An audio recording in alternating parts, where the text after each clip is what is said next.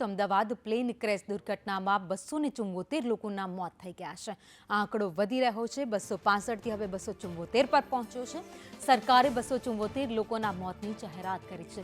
સત્તાવાર આંકડા આપવામાં આવ્યા છે। 12 જૂને એર ઇન્ડિયાનું પ્લેન ક્રેશ થયું હતું। પ્લેનમાં સવાર 242 લોકોના મોત થયા હતા, જેમાંથી એક વ્યક્તિનો બચાવ પણ થયો છે। પ્લેન ક્રેશ થયા બાદ બિલ્ડિંગ સાથે અથડાયું હતું। સિવિલ હોસ્પિટલના રેસિડેન્ટ ડોક્ટર્સના દુર્ઘટનામાં મોત થયા। બીજી મેડિકલ કોલેજના વિદ્યાર્થીઓના પણ દુર્ઘટનામાં મોત થયા છે। તો પ્લેનમાં સવાર 242માંથી 241 લોકો મોતને ભેટ્યા છે। આ સાથે જ્યાં પ્લેન ક્રેશ થયું તે નીચે મેડિકલ હોસ્પિટલની મેસ હતી, ત્યાં બિલ્ડિંગ હતું, હોસ્ટેલ હતી જ્યાં પ્લેન અથડાયું હતું। મેસમાં વિદ્યાર્થીઓ જમી રહ્યા હતા, ઇન્ટર્ન ડોક્ટર હતા તે જમી રહ્યા હતા। તે દરમિયાન જ અચાનક પ્લેન આવીને ત્યાં પડ્યું અને બ્લાસ્ટ થયું, જેના કારણે મેસમાં જમી રહેલા જે વિદ્યાર્થીઓ હતા, ઇન્ટર્ન ડોક્ટર હતા, તેમના પણ મોત થયા છે। 4 ઇન્ટર્ન ડોક્ટરના મોત થયા છે, તો 20થી વધારે ઇજાગ્રસ્ત છે, જેમની સારવાર ચાલી રહી છે। વધુ અપડેટ સાથે સંવાદદાતા હિરેન રાવલ અમારી સાથે જોડાઈ ગયા છે। હિરેન, આ દુર્ઘટનામાં મોતનો આંકડો વધી રહ્યો છે, 274 ઉપર પહોંચ્યો।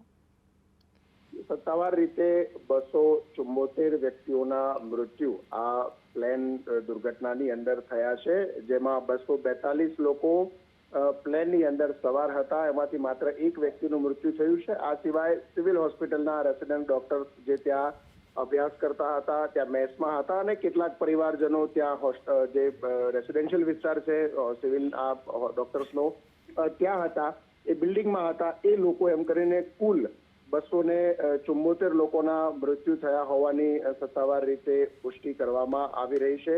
આમાં મુસાફરો ઉપરાંત બીજી મેડિકલ કોલેજના વિદ્યાર્થીઓનો પણ સમાવેશ થાય છે, ત્યાં મેસમાં કામ કરનારા લોકોનો પણ સમાવેશ થાય છે અને આ ડોક્ટર્સના પરિવાર કે ત્યાં રહેતા હતા અને અન્ય વ્યક્તિઓ કે જે નીચે આસપાસનો જે વિસ્તાર છે, રેસિડેન્શિયલ ઇલાકો છે, એટલે ત્યાંથી પસાર થતા હતા, ત્યાં બેઠા હતા, એવા પણ 2 થી 3 લોકોના મૃત્યુ થયા છે। કુલ મિલાવીને 274 લોકોના મૃત્યુ થયા છે, એ પ્રકારની માહિતી અત્યારે સરકારી સૂત્રો પાસેથી મળી રહી છે।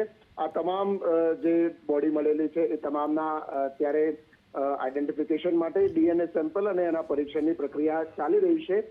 રવિવારે મોટે ભાગે ડીએનએના રિપોર્ટ સંપૂર્ણ પૂરા થાય તેવી શક્યતાઓ પ્રાથમિક દ્રષ્ટિએ અત્યારે દેખાઈ રહી છે।